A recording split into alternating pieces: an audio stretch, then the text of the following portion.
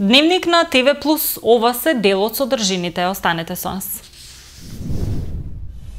Без канализација дел од населбата Иго Тричковиќ. Мирно помина и четвртиот протест. Промовирана монографијата Македонија мојот живот.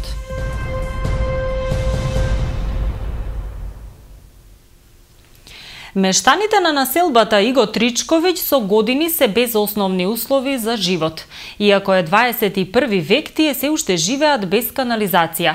Велат дека водата од преполнетите бунари и јами завршува на улицата, па стравуваат дека на високите температури може да се појават бактерии. Без канализација се уште живеат жителите на населбата Иго Тричковиќ, поточно на дел од главната 425, како и на неколкуте споредни улици. Илјадници мештани на овој дел од градот велат дека иако плаќаат комунални давачки по оваа ставка, мака мачат без канализација. Велат дека се останува на кажаните зборови за време на изборите. Додаваат дека иако постојано ги чистат јамите, стравуваат дека со затоплување на времето може да се појават бактерии. Овдена само 67 годиште од дете. Све што е правено и е направено, све е со своји средства. Сак на едну улицу канал поштише сак асфалтирам, на другу за нас не интересира. Ја имам 6 унучиња. Пред 2 години си деца иселиват и погоре су. Прави асфалт горе, пушти канал, тамо нема до крс куќе. А канал га има, а овдена кога има луѓе нема канал. Големи смо проблеми, па тој прљав ще не могло. Ево само да појете нагоре да видите како е. Прљавштин, а тоа смрди. Жителите на Иго Тричковиќ нагласуваат дека чувствуваат како да се отфрлени од општеството, бидејќи никој не се интересира за нивниот проблем. На оваа населба јас сум жител од 74 година. Таа куќа четвртаста е моја. Прв сум дојден овдека, имаше тука доле некои, тие се стари тамо горе. Од тогаш канал нема. Струја сами ја водеме, водовод сами водеме. Вода се напунила јамата, тече на комшија, инспекција му вика. На овој другиот исто, така да нема опстанак. Дали ви представува ова проблем? И кој е образлучение на надлежните? Како да не представува? Сите луѓе, сите овие, таа населба тамо горе што има, сите се. Како да, па тоа е срамота. Погледнете на што деца наши одив. Сваки дан, сега почна слънце, бактерije, све се шири. Ја мислам дека овој градоначалник дон дека има канал, направи, нагоре нема. Погледнете колку има населба, куќи и овој да нема уопште канал. Овој не знам, стварно е страшно и срамно е за нашу населбу. Една киша да заврне, јаме са пуне. Све бунари са пуни. Ми тој воду мора да го пуштаме на пут. А на пут наши деца одив, бактерije на све стране. Првиот човек на Куманово, Зоран Дамјановски, објасни дека проблемот со населбата Иго Тричковиќ е долг колку и неговиот мандат. И покрај тоа што со години се обидувале, се уште не изнашле решение за истиот.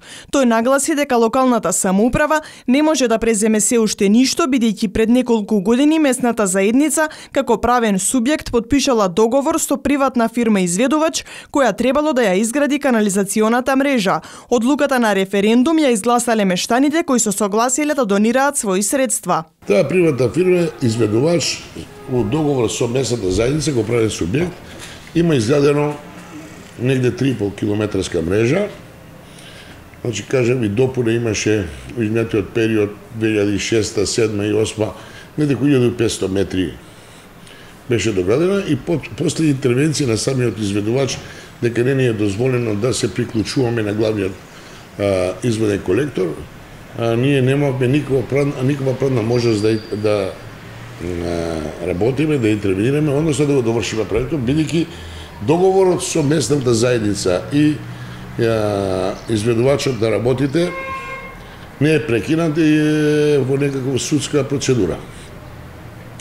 Бидејќи таму има должничко-доверителски односи, местна заедница према изведувачот негде во висина од 2 милиони и не знам колку.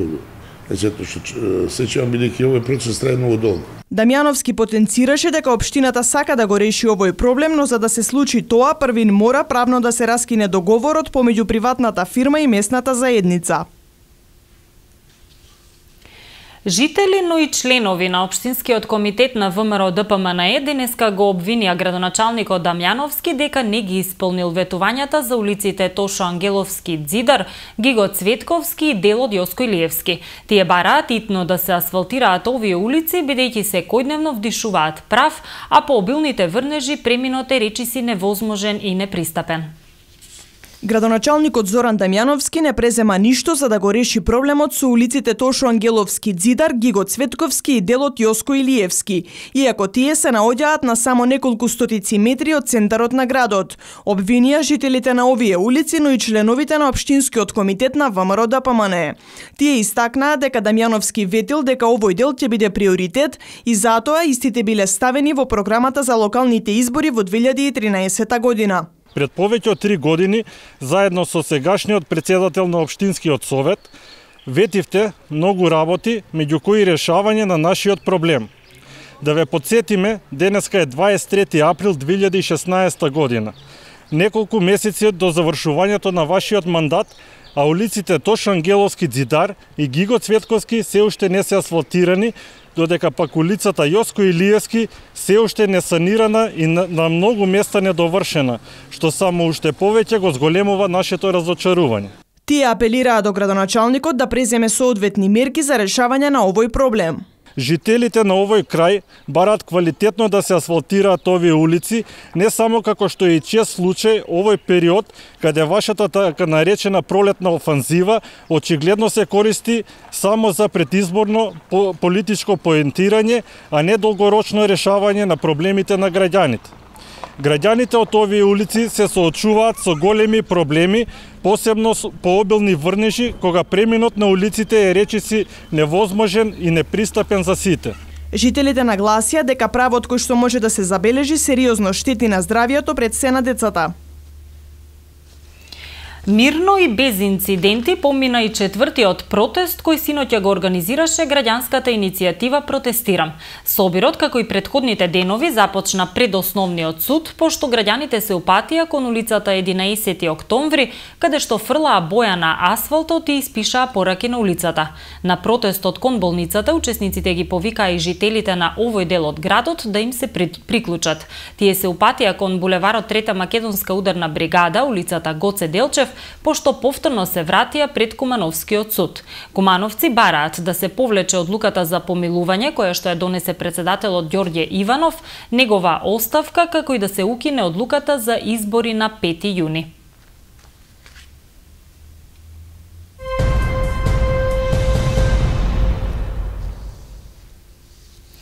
Во Центарот за култура синоќа беше промовирана монографијата Македонија, мојот живот од Киро Кипроски.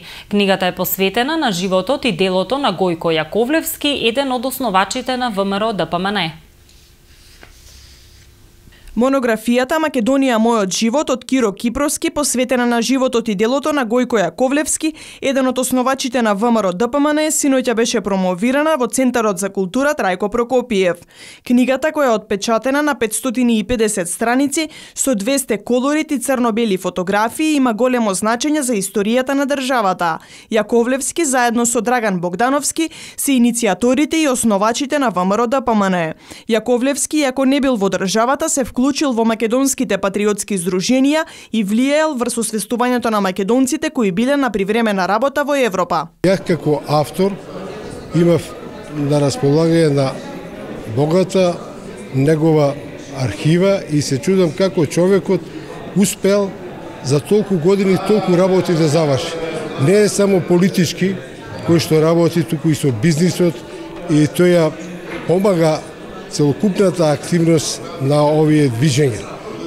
И понатаму тој продолжува со својата активност, тој и основачот на ВМРО ДПМНЕ, неговиот школски другар од Софија, инаку професор на Сорбона, доктор Вукашин Ефтоски, во книгата исто им посветува еден текст во кој што вели: Гојко да не даваше толку пари за партијата, хуманитарна помош на црквата и слично, тој вика во Берлин, че имаше комплекс на стамбени згради во центарот на Берлин. Главниот лик во книгата, 81-годишниот Јаковлевски, истакна дека Кипроски вложил многу труд и желба за да го создаде ова дело. И сега он кажа доста за мене, ја не би сакал да повторувам многу работи и да не би да испадне дека ја се фалам.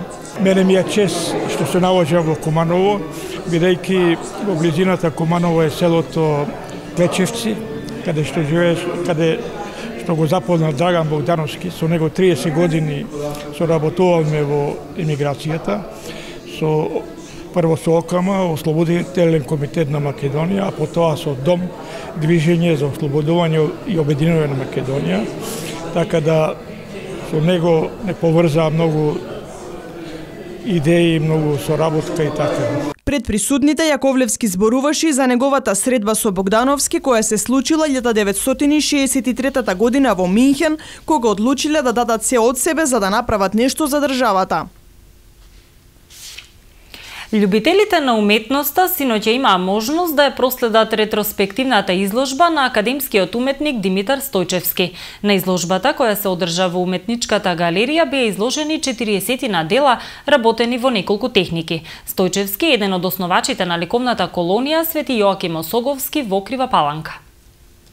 Во уметничката галерија синоќа беше отворена ретроспективната изложба на академскиот уметник Димитар Стојчевски. Кумановци имаа можност да видат 40 дела работени во техника масло на платно, акрил како и цртежи работени во последните 4 децении. Изложбата се реализираше во соработка со Градскиот музеј од Крива Паланка. Авторот Стојчевски истакна дека неговата прва изложба во Куманово се одржала во далечната 1974 година. Секоја изложба е поздрав како на авторот, така и на галеријата и на градот во кој се одржува и ова добра настане во ова неуметно време да се види една изложба која денешниот граѓанин ќе го смири малку, бидејќи уметноста има вокација поготово сликарството е една оптичка, визуелна поремина во која го одмара видот, а и едноставно пронаоѓа нешто свое и сакам да речем тоа е индивидуално и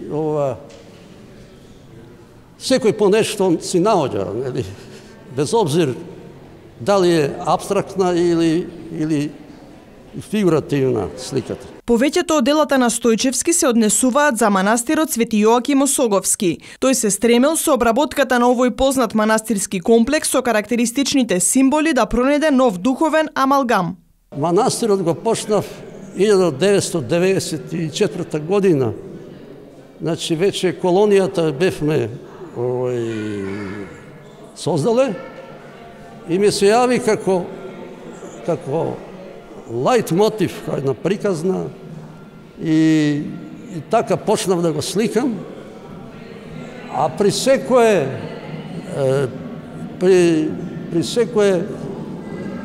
контакт, нели? Дали е тоа на колонија, дали е во ателје, сакав да го најдам неговиот духовен амалгам и како духовен простор, како архитектура, како експресија на колорит. Димитар Стојчевски е роден 1940 година во Сисак, Република Хрватска. Средното училиште го завршил во Скопје на оделот за декоративно сликарство во 1959 година, пошто се запишал на Академијата за ликовна уметност во Белград. Од 1969 година е член на Друштвото на ликовни уметници на Македонија, а од истата година е вработен на Градежниот факултет во Скопје.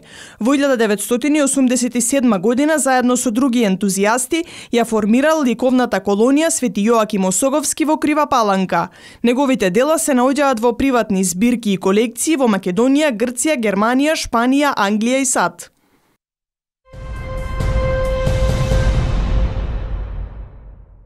Времето денеска во Куманово беше облачно со слаб дожд, а дуваше југоисточен ветер.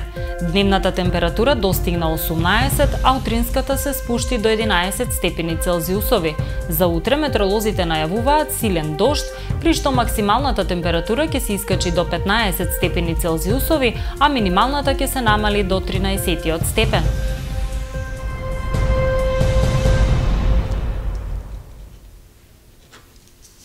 Ви благодарам што бевте со нас и ви посакувам пријатна вечер.